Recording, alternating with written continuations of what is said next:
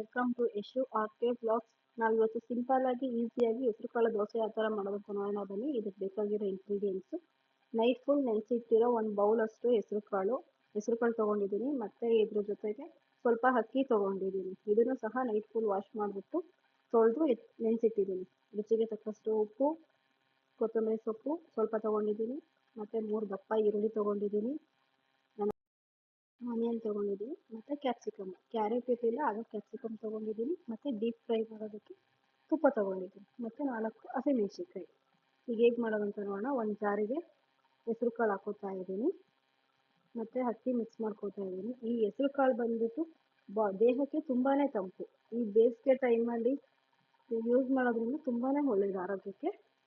ಮತ್ತು 4 ಹಸಿಮೆಣಸಿನ್ಕಾಯಿ ಮಿಕ್ಸ್ ಮಾಡ್ಕೋತಾ ಇದ್ದೀನಿ. ಈಗ ಇದಕ್ಕೆ ಸ್ವಲ್ಪ ನೀರು ಮಿಕ್ಸ್ ಮಾಡಿಬಿಟ್ಟು ಪೇಸ್ಟ್ ಮಾಡ್ಕೊಳ್ಳೋಣ. ಪೇಸ್ಟ್ ಆಗಿದೆ. ಈಗ ಅದಕ್ಕೆ ರುಚಿಗೆ ತಕ್ಕಷ್ಟು ಉಪ್ಪನ್ನು ಆ್ಯಡ್ ಮಾಡ್ತಾ ಇದ್ದೀನಿ. ಆ್ಯಡ್ ಮಾಡಿಬಿಟ್ಟು ಇದನ್ನು ಒಂದು ರೌಂಡು ರುಬ್ಬಿ ಪೇಸ್ಟ್ ಮಾಡ್ಕೊತೀನಿ. ಈಗ ಪೇಸ್ಟ್ ರೆಡಿಯಾಗಿದೆ. ಹೆಸರುಕಾಳು ದೋಸೆ ತಿನ್ನೋದಕ್ಕೆ ಬಿಸಿ ಬಿಸಿಯಾಗಿ ತುಂಬಾ ಟೇಸ್ಟಿಯಾಗಿ ತುಂಬಾ ಚೆನ್ನಾಗಿರುತ್ತೆ. ಚಿಕ್ಕ ಮಕ್ಕಳಿಗಂತೂ ತುಂಬಾ ಇಷ್ಟ ಆಗುತ್ತೆ ಇದು. ಈಗ ನಾವು ಸ್ಟಫಿಂಗ್ ರೆಡಿ ಮಾಡ್ಕೊಳ್ಳೋಣ. ಸ್ಟಫಿಂಗಿಗೆ ಆನಿಯನ್, ಕ್ಯಾಪ್ಸಿಕಮ್ ಮತ್ತು ಕೊತ್ತಂಬರಿ ಇದು 3 ಮಿಕ್ಸ್ ಮಾಡಿಬಿಟ್ಟು ನಾನು ಸ್ಟಫಿಂಗ್ ರೆಡಿ ಮಾಡ್ಕೊತಾ ಇದ್ದೀನಿ. ಸ್ಟಫಿಂಗ್ ಹಾಕೋದ್ರಿಂದ ಇನ್ನೂ ತುಂಬ ಟೇಸ್ಟಿಯಾಗಿ ಇರುತ್ತೆ. ಈಗ ಯಾವ ಥರ ಮಾಡೋದಂತ ನೋಡೋಣ ಬನ್ನಿ. ಒಂದು ಪ್ಯಾನ್ ಬಿಸಿ ಮಾಡೋದಕ್ಕೆ ಇಟ್ಟಿದ್ದೀನಿ. ಅದಕ್ಕೆ ಸ್ವಲ್ಪ ಆಯಿಲ್ ಹಾಕಿ ಅದೀಗ ಬಿಸಿಯಾಗಿದೆ. ಅದಕ್ಕೆ ದೋಸೆ ಹಾಕ್ತಾ ಇದ್ದೀನಿ. ಇವಾಗ ದೋಸೆ ಹಾಕ್ತಾ ಇದ್ದೀನಿ. ನಾನು ಚಿಕ್ಕ ಚೌಟ್ ತೊಗೊಂಡಿರೋದ್ರಿಂದ ನಾನು 1.5 ಸ್ಪೂನ್ ಹಾಕ್ತಾ ಇದ್ದೀನಿ. ಈ ಥರ ಸ್ಪ್ರೆಡ್ ಮಾಡಿಬಿಟ್ಟು ಇದಕ್ಕೀಗ ಸ್ಟಫಿಂಗ್ ಹಾಕೋಣ.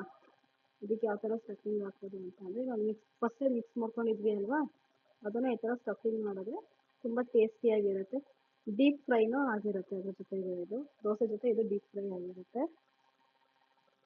ತುಂಬಾ ಒಳ್ಳೆಯದು ಆರೋಗ್ಯಕ್ಕೆ. ಪ್ಲಸ್ ಈಸಿಯಾಗಿ ಸಿಂಪಲ್ಲಾಗಿ ಆಗುತ್ತೆ, ಬೇಗನೆ ಆಗೋಗುತ್ತೆ. ಇದಂತೂ ಚಿಕ್ಕ ಮಕ್ಕಳಿಗೆ ತುಂಬಾ ಇಷ್ಟಪಟ್ಟು ತಿಂತಾರೆ.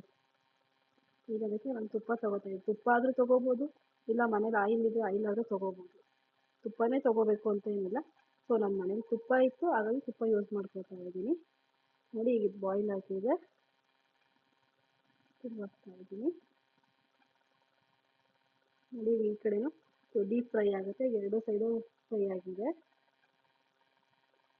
ಸಾರಿ ಫ್ರೆಂಡ್ಸ್, ಎಷ್ಟೋ ಟೈಮಲ್ಲಿ ಸ್ವಲ್ಪ ಇದಾಯಿತು, ಡ್ಯಾಮೇಜ್ ಆಯಿತು.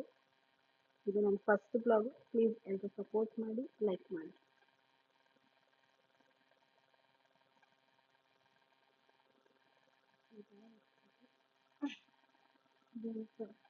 ಇದು ಸರ್ವ್ ಮಾಡಿ. ಇದನ್ನು ಚಟ್ನಿ ಜೊತೆ ಕಾಂಬಿನೇಷನ್ ಚೆನ್ನಾಗಿರುತ್ತೆ. ಶೇಂಗಾ ಚಟ್ನಿ ಆದರೂ ಓಕೆ, ಕಾಯಿ ಚಟ್ನಿ ಆದರೂ